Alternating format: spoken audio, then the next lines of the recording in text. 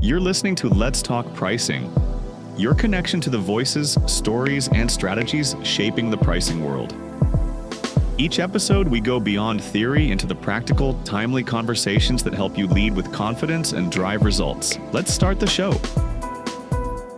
Hello, everyone, and welcome to the Let's Talk Pricing podcast. This is the official podcast of PPS, the Professional Pricing Society.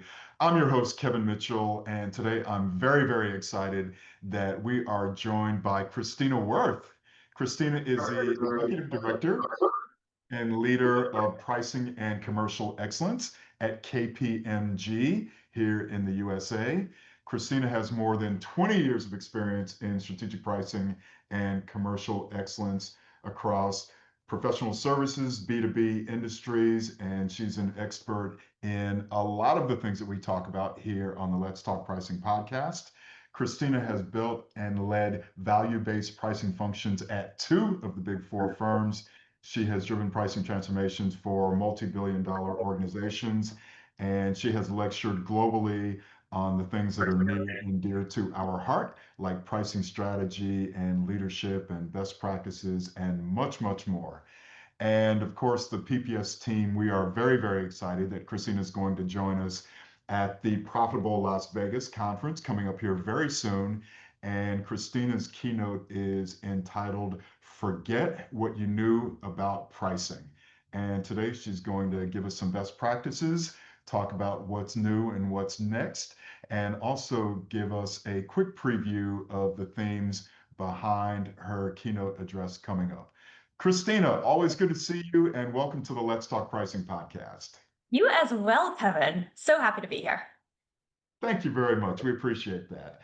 And first of all, I did a brief introduction of your background, but please tell us a little bit more about your background, about your role at KPMG, and about your team and what they are focusing on, please.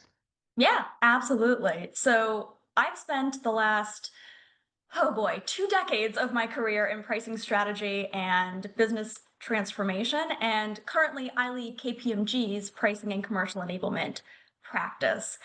And on paper, that means that my team and I focus on, pricing strategy, advanced analytics, negotiation techniques, and implementing technologies to make our firm more effective with their pricing strategies. But what that really means is that we are in the trenches with our business leaders who are just trying to navigate really the most disruptive commercial environment of our lifetime right now. And our job is to help them answer the fundamental question: how do we create and capture value when all the old rules are breaking? So it's less about optimizing spreadsheets and much more about architecting the company's future based off of client value. Understood. And I'm certain that your 2 decades plus in pricing has absolutely flown by. And with the new challenges that we're facing now, of course, I'm sure that you and your team have a very full plate. But some of the things that you mentioned there, we have to deal with analytics, we have to deal with disruption, but we also have to keep our focus on the value that our organizations have created over the decades, and also make sure that we focus on the customer needs there as well. And of course, I'm very, very much looking forward to your keynote address with us. Forget what you knew about pricing. So tell me about what inspired that title, and what's the urgent message that we as pricing leaders, we as revenue managers, what's the message that we need to hear right now? So the title is really I call it a deliberate wake-up call. It's inspired by a difficult truth that I'm seeing every day in our field, which is the pricing models that built our careers are quietly becoming one of our biggest liabilities. And the very foundation of our entire profession that we built it on has simply vanished. And the urgent message is that this isn't really a gradual shift. We're not in calm waters.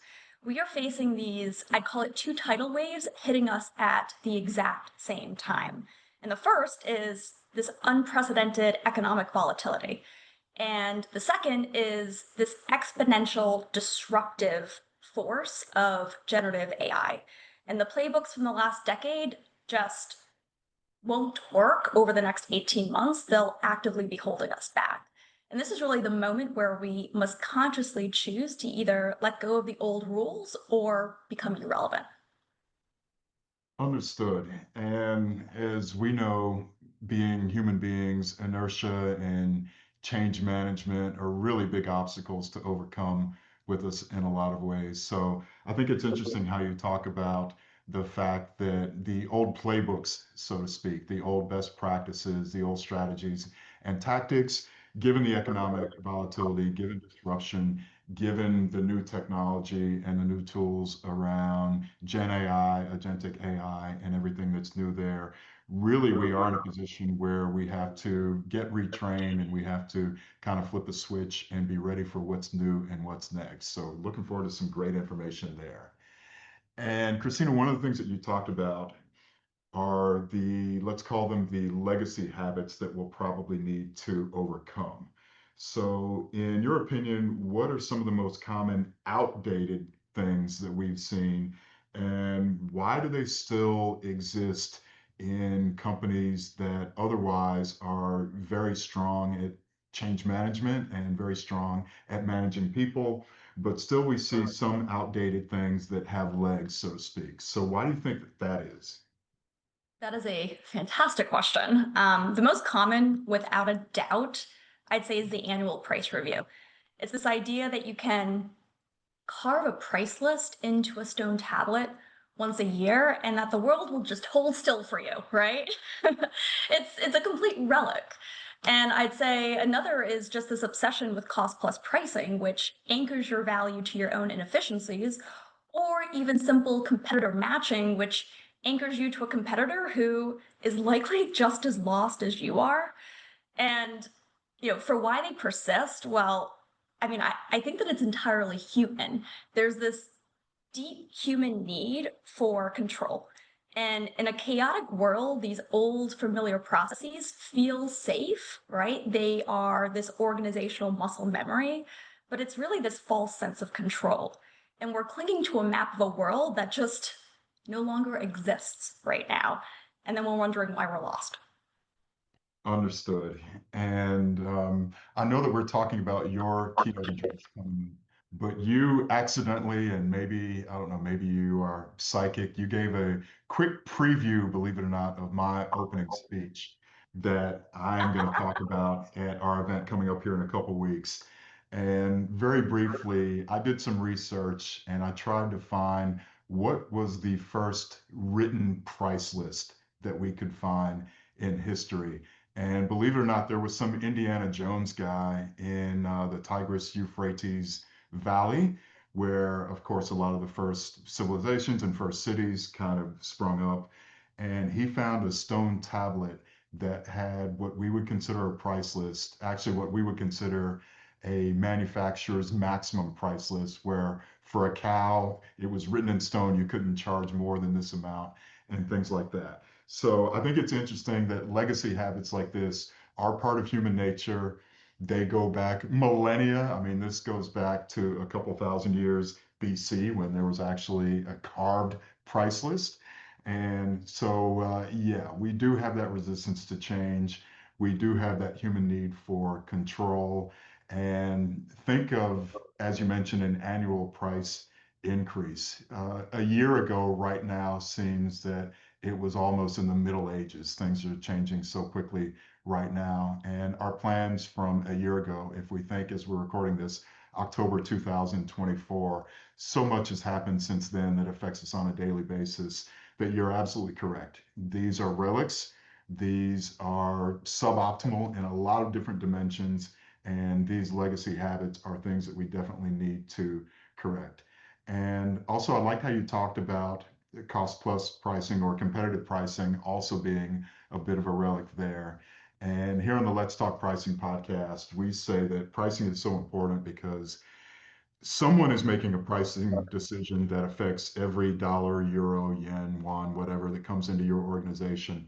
And that can be a gut reaction. That can be something somebody did a year or years plural ago. It could be something that someone etched on a stone tablet 2000 BC, or it could be your competitors. And it's such an important decision that we need to take advantage of all the tools, all the training that we have in order to do the best that we can in making that very important decision. So I'm very interested in your discussion, and I appreciate how you talk about getting rid of the relics there. So another question, and the next step from that is you as a pricing leader, and what would be your recommendation to other pricing leaders as we try to dismantle these old habits? What are the internal roadblocks we have to overcome? Is this a technological problem? Is it a data problem? Is it a people problem? What are the elements there that make it most difficult for us to overcome these relics and these old processes? Yeah, great, great question.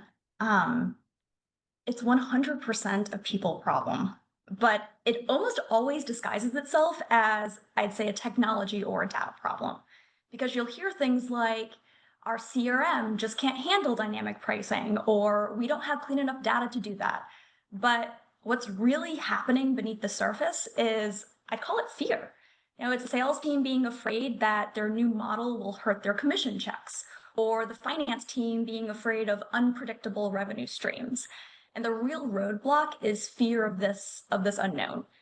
And this means the pricing leader's job has, I'd say, fundamentally changed. It's no longer about being the best analyst in the room. It's more about being a diplomat, a storyteller, a change agent who can build trust across the entire organization. Understood. And yeah, I would certainly agree with that. And really, at the crux of it, there are a lot of cases where we as pricers, we as revenue managers have to influence without direct authority in a lot of cases. And we have to talk to people, sorry, in a language that they can understand as well, in order to help them grow and overcome these fears of the unpredictable things that are next. So that is a big part of our job. Sometimes it takes a psychological group hug or a pat on the back to say, hey, we can do this. We are good. Our company invests so much to create the value in our goods, products, and services. And it's our job to make sure that we are all compensated well for that, because that's where salaries, bonuses, reinvestment in R&D, reinvestment in our communities, or whatever, all of that comes from those decisions. So it's very, very important that we do that. And of course, another human element that you mentioned that's very important there is we do relate to stories and anecdotes sometimes more than we relate to spreadsheets and data. Even though spreadsheets and data are amongst some of our favorite things, they may not work as well for our compatriots and for other people in other departments that we have to work with. So you're right, we've got to do both. We have to be the artists and the scientists there sometimes. Yeah, absolutely. All right, we are overdue for a quick break here, but please hold on. The Let's Talk Pricing podcast with Christina Wirth will be right back. Thank you so much. If you're serious about growing your pricing career, you need to hear this.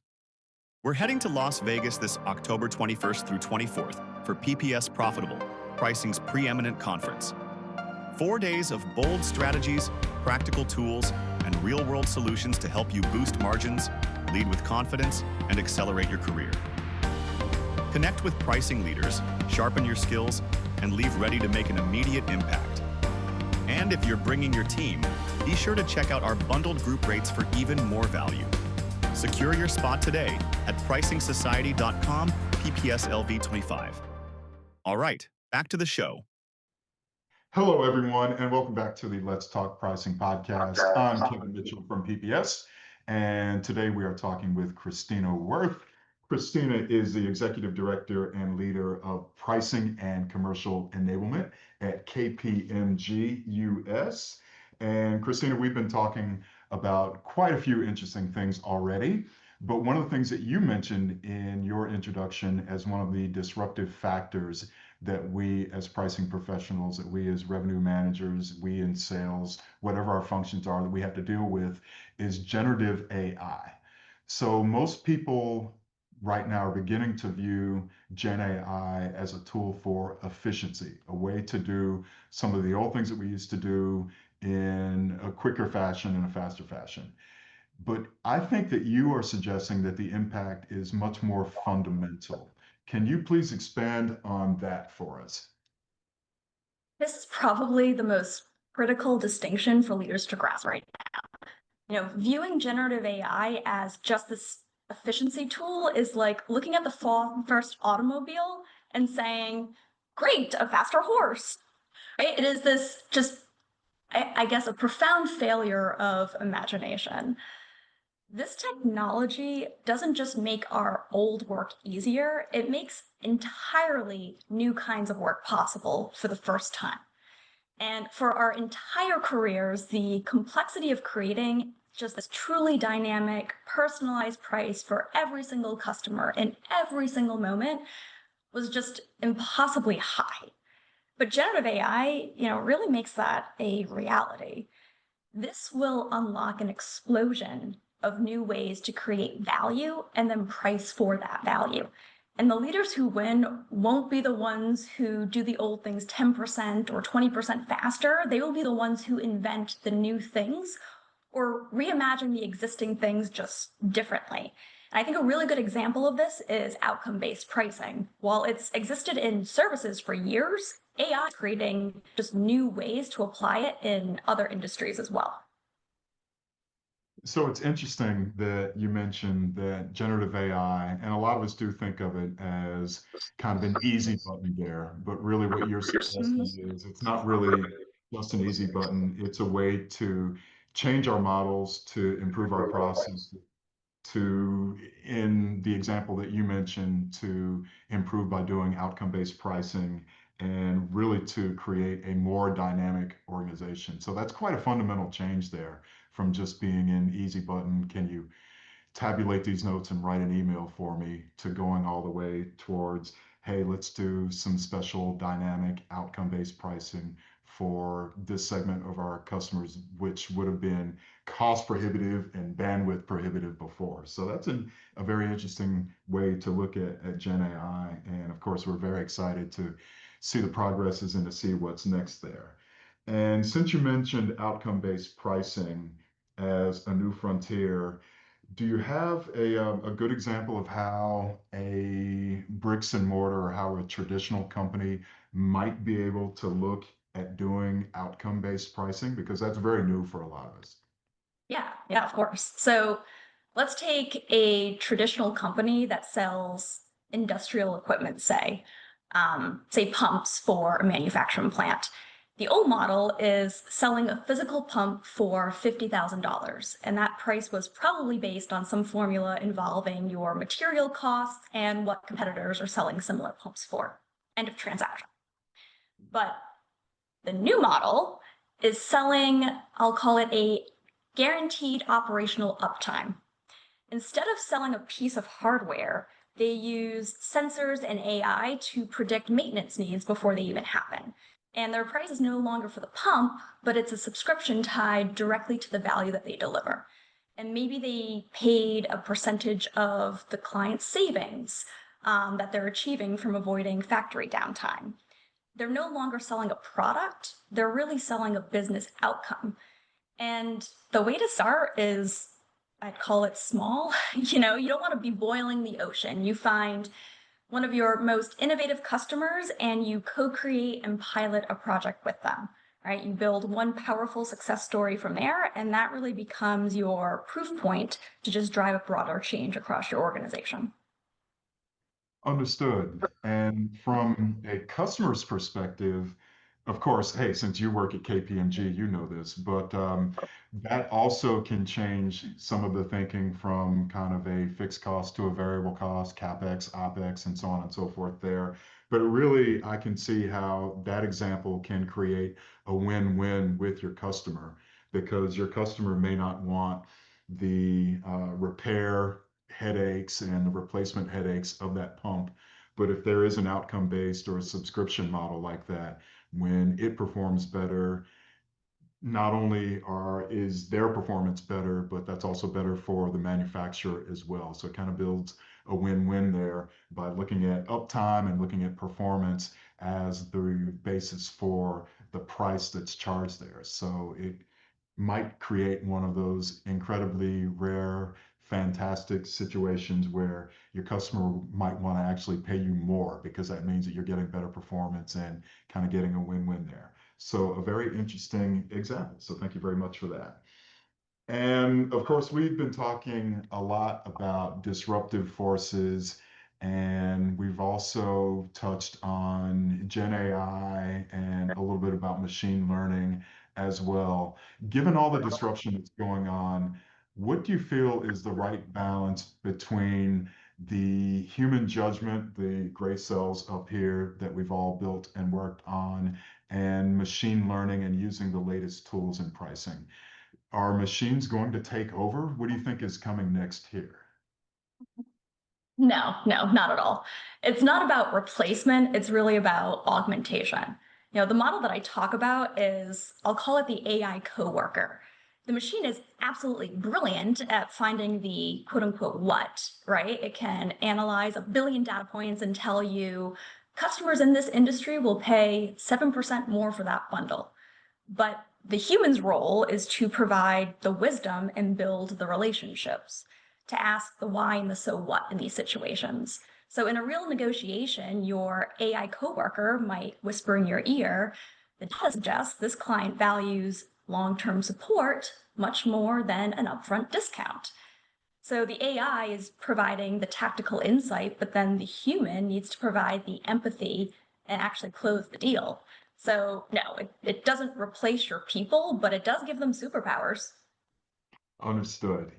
And in a lot of ways, we have to think of this as a tool that, as you mentioned, is going to multiply our efforts and is going to be there for some great information and some insights that we might not be able to tell initially at first.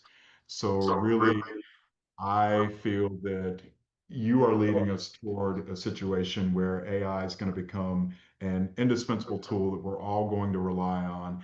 And really, it's just a factor of how well we can use the tools versus what else is going on out there. But really, it is going to be a way that we can get those tactical insights, a way that we can multiply our own brain work and our own sweat equity, so to speak, in order to perform even better. Mm-hmm. Mm-hmm. All right, terrific. And we will be right back on the Let's Talk Pricing podcast with Christina Wirth. We've got a very quick break here, but we'll be right back. Thank you so much for joining us. If you're serious about growing your pricing career, you need to hear this.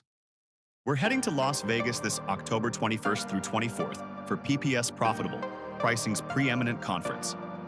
4 days of bold strategies, practical tools, and real-world solutions to help you boost margins, lead with confidence, and accelerate your career.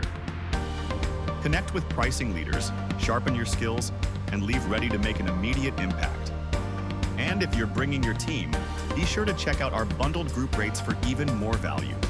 Secure your spot today at pricingsociety.com PPSLV25. All right, back to the show.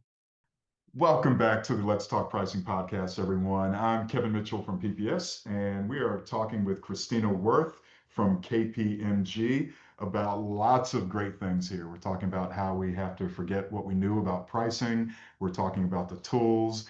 We are talking about how human interaction is still going to be at the forefront of everything. And we're talking about how pricing leaders can dismantle some old unprofitable habits in order to move our organizations forward. And Christina, one of the central things around being a pricing leader is that you have to lead pricing transformations. And we've talked a little bit about dismantling old suboptimal habits and about trying to overcome human beings' natural states of inertia and fear of what's new and fear of the unknown in order to move forward. And those are very challenging things. So, as a pricing leader, where would you recommend that we start with dismantling some of these old habits and leading pricing transformation? Yeah, don't get me wrong, it does sound challenging. And the first impulse is often to try to plan this massive multi-year boil the ocean overhaul. But I've personally learned that that is a recipe for failure. You really need to start by building momentum. And don't get me wrong, you definitely need a vision, you need an end goal, but you need to find one business unit or one product line or one sales team, what I would call, a coalition of the willing, and you run one targeted, manageable experiment to prove that the new way works, right? You create a small but undeniable win, and then you socialize that win just relentlessly across your organization. And that success really creates a gravitational pull that will just bring everyone else along. I see. And we've known each other for a while, and I know what part of the world you're from. So I could make an analogy to say that instead of rolling this out globally or across the USA or across Europe, maybe we start with a nice win if we have geographic territories or business units. Maybe we start with a great win with people who are willing contributors in Rhode Island and say, hey, if we can have these great gains in Rhode Island, just think what we can do in Pennsylvania and Texas and California and New York and larger states. And then we give a lot of credit to our partners in Rhode Island that worked with us. We make sure to give them that huge pat on the back and say, hey, Christina and Eric in Rhode Island did amazing things. And we make sure to publicize them as much as we can. And we expand from there. So it's kind of the old, as you mentioned, we're going to win small and we're going to assume multiplication in a lot of ways there. Spot All on, right. I'm sorry. Spot on, Kevin. There we go. Got you. All right. And finally, and once again, we are very, very excited that you're joining us at the PPS Profitable Las Vegas conference coming up. And what else can we expect from your presentation with us? What are one or two things that our attendees are going to walk away from? What insights are you going to give our members when they come to see you? Yeah, thanks, Kevin. And I am very excited to be there.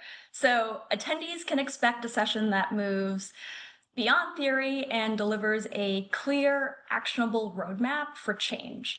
And this won't just be a talk about change, we'll actually build a framework for it. So you'll leave with concrete strategies that you can start thinking about on Monday morning. But really, the one single idea that I would want everyone to walk away with is a new sense of purpose and identity. I want them to stop seeing themselves as managers of a pricing system and start seeing themselves as the architects of their company's future value. This really just chaotic moment isn't a threat. It is the single greatest opportunity of our professional lives to step up and lead. Absolutely. And it's such an interesting time for people in our very important part of the business world. And there are lots of opportunities here as well. And I like how you are going to challenge us to be the architects within our own company instead of someone who thinks of himself or herself as an analyst or a manager. And we do have the challenge to build these frameworks for change. And of course, PPS members, we're all about actionable items that we can start on Monday morning right after the conference and start to get to work within our organizations, within our marketplaces, and with our customers and other departments as well. So that is very interesting, and we are very much looking forward to it. And Christina, it looks like we are almost out of time here. And I think I already know what your answer is going to be, but I have one more question from you. And I'm going to give credit to a gentleman named Ed Kless for this one. At the last PPS conference, we had a panel, and there were four people on the panel, three others, and me. And we had a great discussion. And he asked them a very simple but very difficult question in a way. And his question was, we kind of know that pricing is both an art and a science, but if you had to pick one or the other, which would you say? Is pricing an art or is pricing a science? And just for background, we had three people on the panel. We had one artist, one scientist, and one person who kind of ducked the question, and I'm still following up from that individual on an answer there. But what are your thoughts there? Man, that really is a tough question, Kevin. And as much as I would want to say split it down the middle because it is 50-50, I think that really a pricing leader's job is more of an artist. However, you need to have scientists on your team to be able to help inform you and make it happen. So depending on your role, it can really augment whether you're going to fall more into the artist category or more of the scientist category. All right, very nicely stated, and appreciate the information on our nice curveball question there.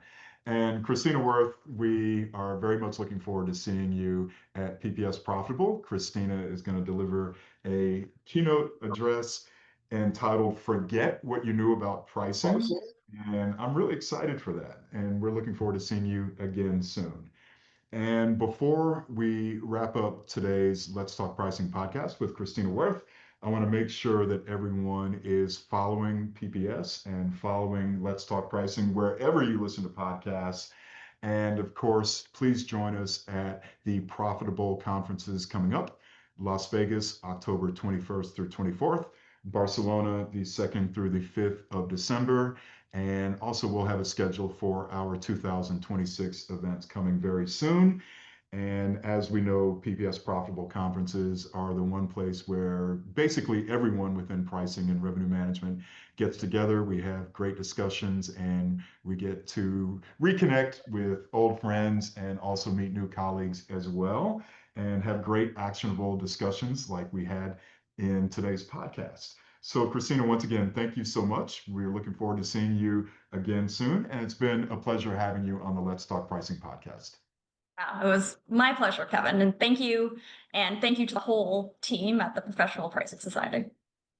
All right. Thanks very much, Christina. And we will look for everyone. Please join us again for other episodes of the Let's Talk Pricing podcast coming up. Have a great day, everyone. And thank you so much.